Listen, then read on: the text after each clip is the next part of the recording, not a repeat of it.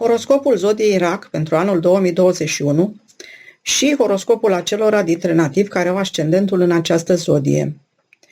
Să vedem mai întâi ce spune gromovnicul din Bătrân despre anul 2021 și despre cum se adaptează nativii Rac la acesta. Dacă este să ne luăm după gromovnic, și să știți că ne luăm după gromovnic, anul 2021 se află sub influența lui Saturn.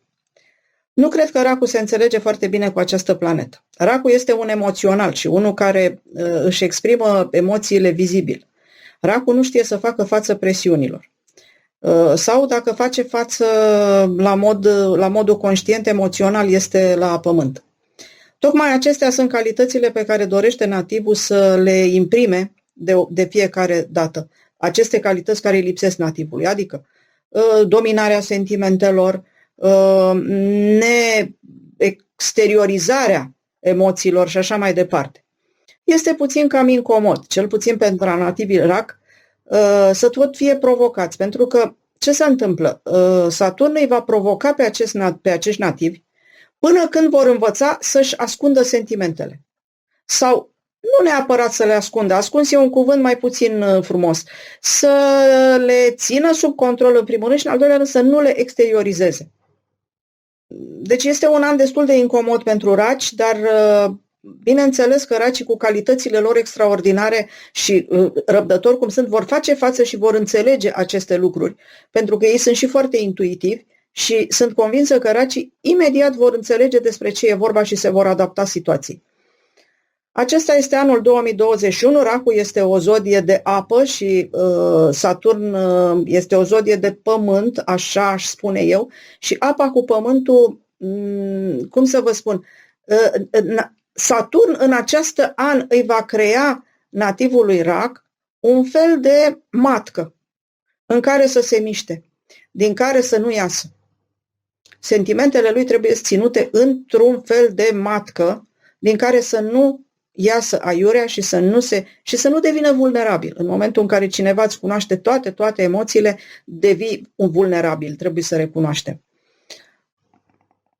Deci Saturn este genul de bunic care te provoacă la niște lucruri care te necăjesc până când înveți să le faci față.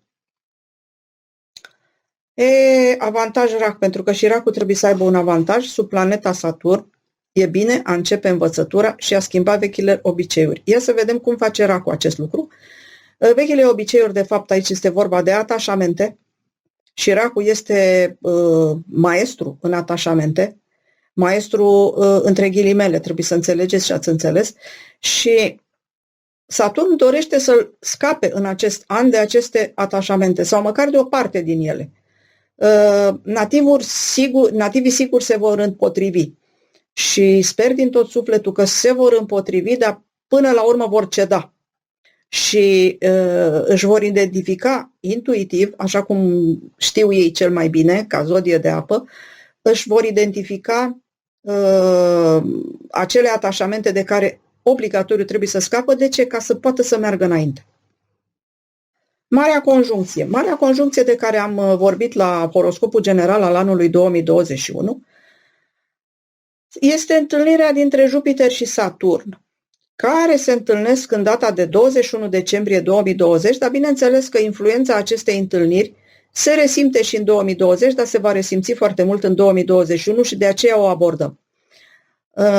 Problema este așa că ele se întâlnesc odată la 20 de ani, dar se întâlnesc și imediat trec în zodia Vărsător, amândouă aproape de mână. Și pentru nativii Rac, această conjuncție, aproape odată cu trecerea de celor două planete în Vărsător, Vărsător care este zodia perspectivei și zodia viitorului, a curajului de a te arunca în necunoscut, ei bine, pentru nativii Rac, această trecere are loc tocmai în domeniul necunoscut, tocmai în domeniul realităților paralele, tocmai în domeniul lucrurilor profunde greu de atins. Mai este și domeniul abilităților de care are nativul nevoie ca să le scoată la suprafață, să le cultive, ca să poată să facă față provocărilor anului 2021 și a provocărilor care vin din spate, din acea transformare uriașă care a avut loc în anul 2020. Deci are nevoie de abilități speciale și le va scoate odată cu anul 2021. De acum înainte, părerea mea ca astrolog este că nativul are de cultivat tocmai calitățile de partener. Deci el s-a bazat prea mult pe partener în acest an și a avut o obsesie pentru parteneriat. Aproape că viața lui a stat în loc, fie de dragul partenerului pe care îl are, fie de dragul unui partener pe care îl căuta. În viața de toate zilele, în viața particulară, dar și în afaceri. Și el avea o obsesie asta pentru parteneriat. Ei bine, el trebuie să învețe că în parteneriat trebuie să aducă propria lui plus valoare. Și atunci învață să fie partener, nu să fie, să zicem, o greutate pentru partenerul lui. Și nici partenerul lui să nu constituie o greutate pentru el. Deci el trebuie să vină cu jumătatea lui în orice parteneriat și trebuie să dezvolte această abilitate de a împărți. Acum să vedem profesia și cariera cum sună pentru nativul RAC. Profesia și cariera în anul 2020 a însemnat pentru nativul RAC un an al relațiilor, al parteneriatelor, deci obsesia asta pentru un an partener nu pot să fac, sunt paralizat. Am partener, dar las totul pe el sau trebuie să-l întreb tot pe el sau sunt obsedat de această parte de vis-a-vis de mine sau, mă rog, parte de alături de mine, cum vreți să-i spuneți.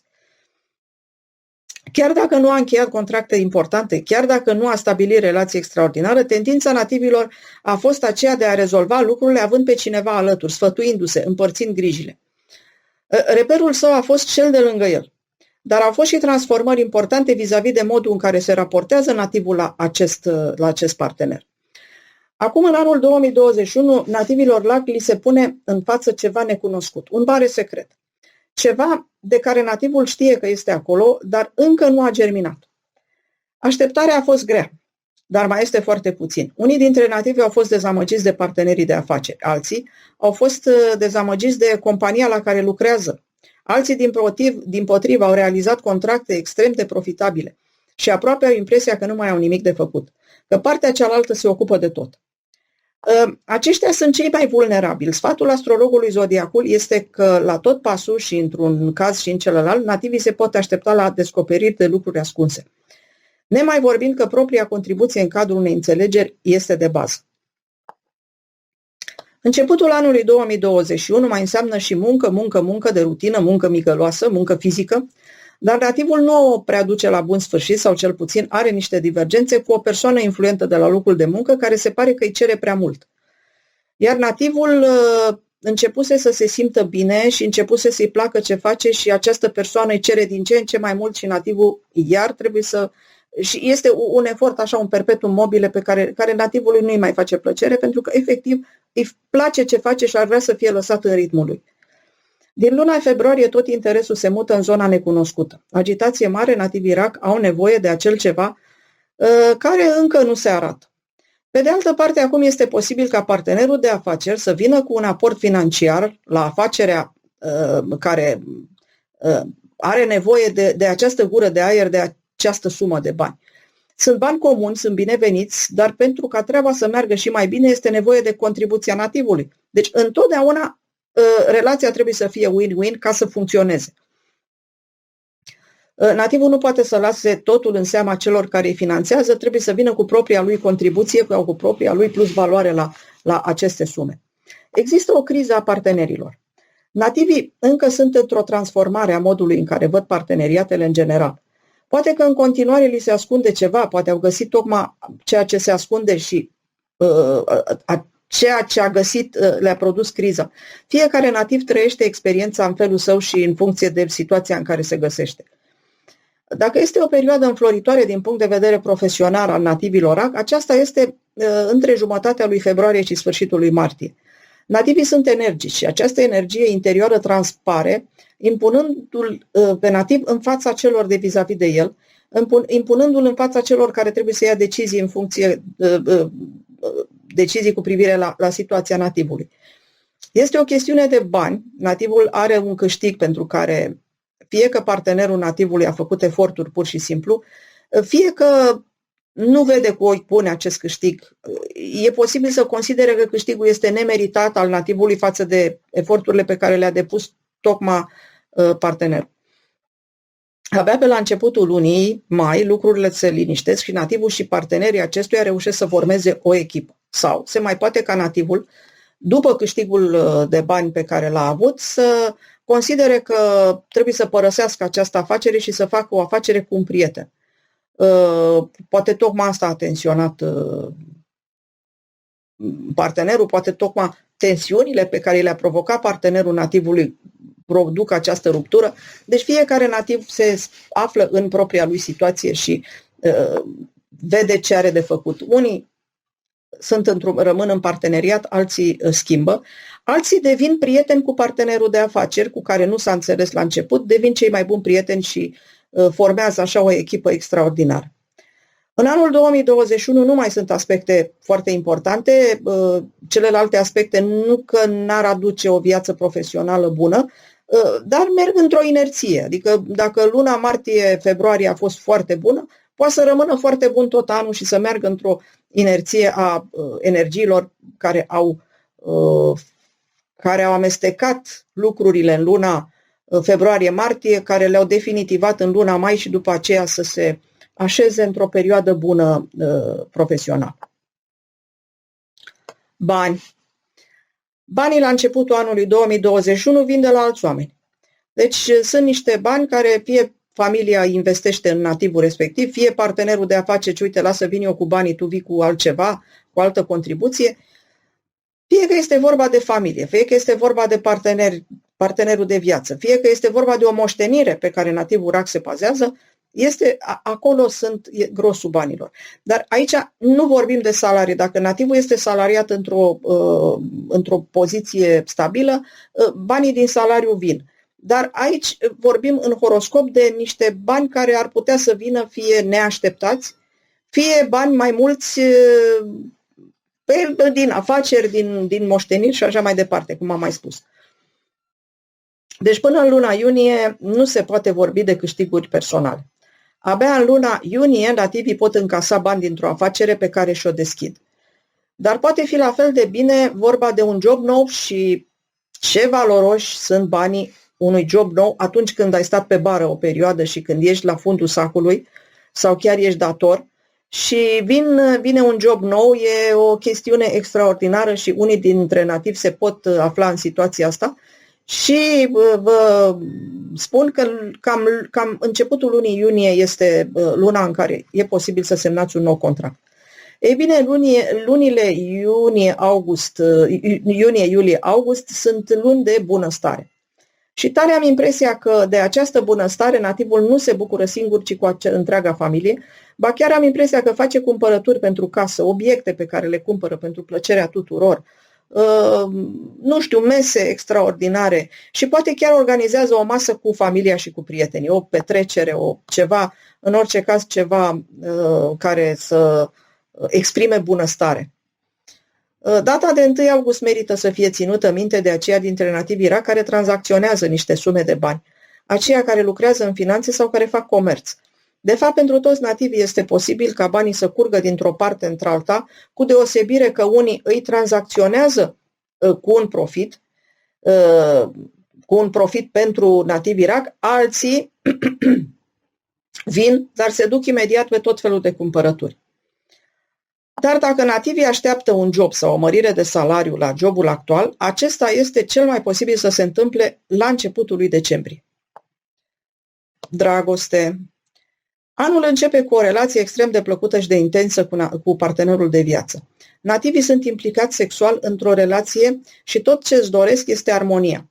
Mulți dintre nativii RAC implicați într-o relație care nu au făcut pasul decisiv sunt acum foarte preocupați de căsătorie. Aceia dintre nativi care sunt tentați să răspundă unor provocări de la locul de muncă, astrologul zodiacul le atrage atenția că pentru un coleg de muncă, relația cu un coleg de muncă poate să fie o simplă amăgire.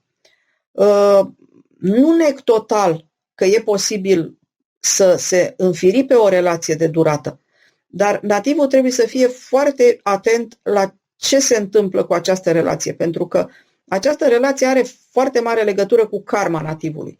Și în momentul în care această karmă, nativul a adunat karmă negativă, poate să fie o relație foarte, foarte amăgitoare, din care nativul să fie în situația să plătească, să-și ardă niște karmă negativă. Este posibil să fie însă o relație foarte bună pentru aceia care au adunat o karmă pozitivă, care au ars karmă în trecut și pentru care vine această relație ca un fel de răsplată. Deci nativul cu intuiția lui caracteristică poate să discearnă în care dintre situații se află. Este foarte interesantă luna februarie, deoarece este destinată relațiilor secrete. Dar, pe de o parte, nativii sunt într-o relație stabilă, deci o parte dintre nativi sunt într-o relație stabilă și acestora astrele le rezervă trăirile relațiilor intime într-o uniune profundă cu partenerul. Uniune care efectiv creează celor care sunt implicați, celor doi, că au depășit zona materială și că trăiesc într-o altă lume. Persistă acea provocare de la locul de muncă